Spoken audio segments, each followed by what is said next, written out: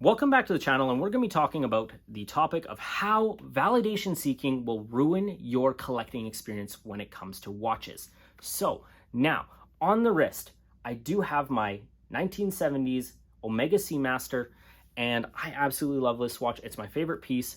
And with that out of the way, obviously, if you do like the content, make sure to drop a like down below, subscribe to see more awesome stuff in the future, but let's roll the intro and then get right into the content.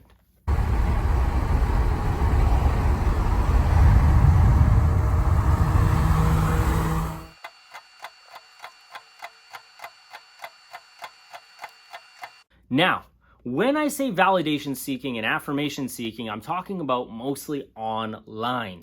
Obviously, some of this stuff might occur in person, but we're going to be talking about it online and how it ruins your watch collecting experience. Now, there is something I want to differentiate with this whole kind of issue, is the idea of pre-purchase and post-purchase, and that there are two aspects to this, I would say, monster that we're trying to tackle here.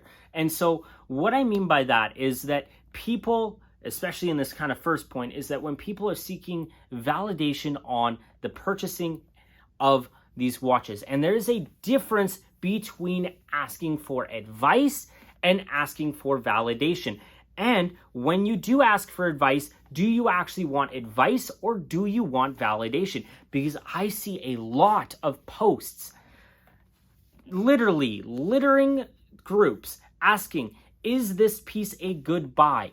Is this watch good value? Is it whatever? And I'm saying it ruins the experience, and it ruins like your ability to actually think objectively, if you just want other people to be like, yep, good job. And then especially on the back end, after you've bought the watch, when you ask the question, did I get a good deal? Ugh, it's annoying. Do you want to know what that means? It means you are not confident in your purchase and you want validation. You are seeking validation to say, did I get a good deal on this? Well, shouldn't you have done your research prior? I'm not trying to be harsh, or maybe I am a little bit, but I'm not trying to be, right? And I don't want people to think that I'm being very negative and saying that validation isn't a bad thing, because we as humans, we require validation. We want to know that we have made good decisions. We want to fit in. We want to be accepted by our peers and those around us. So it only makes sense that this might translate to this, but I'm saying it shouldn't. It shouldn't in the ways that it is.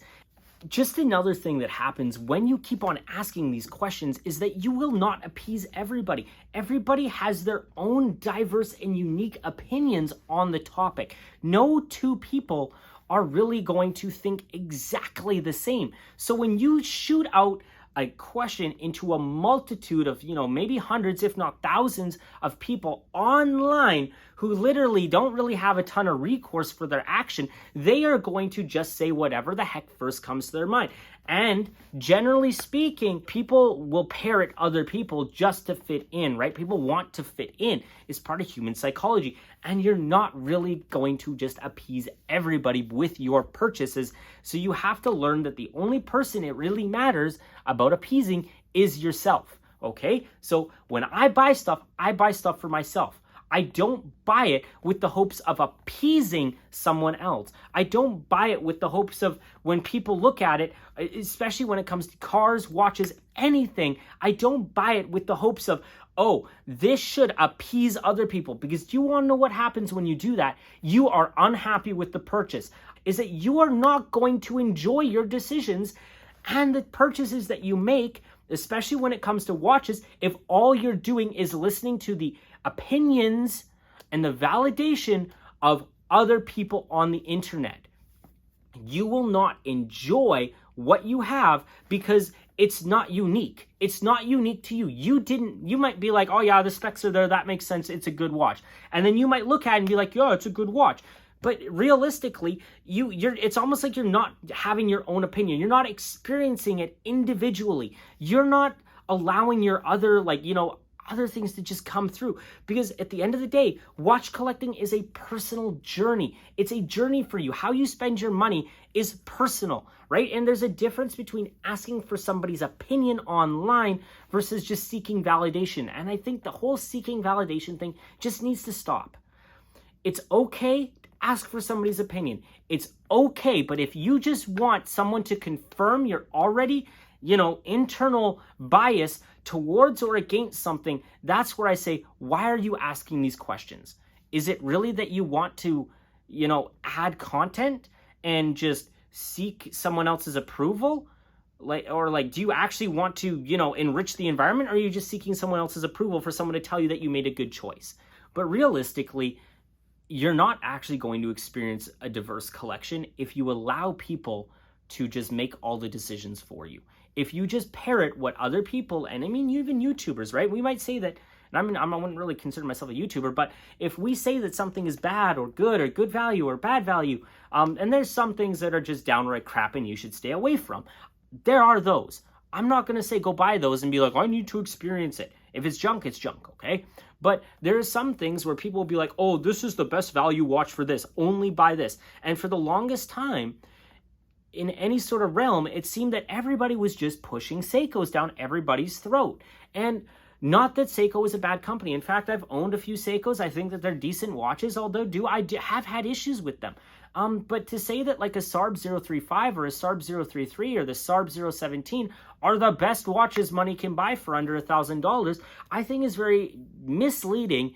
And it doesn't, if everybody just listened to those people that keep on parroting the same thing over and over again, we would lack a lot of diversity. And that's the cool thing about watches is I can come to a table, you can come to a table with each of our collections, and we can talk about why we buy things. There's a vast variety of different wrist sizes and everything that makes us unique and makes our collecting unique. Everything about that is unique to you. You have to decide what is best for you, not what is best to satisfy and appease the people on the internet or on Instagram and wondering, oh, why didn't I get enough likes on my picture? Well, maybe because it's yours, you like it, you should like it, not just other people.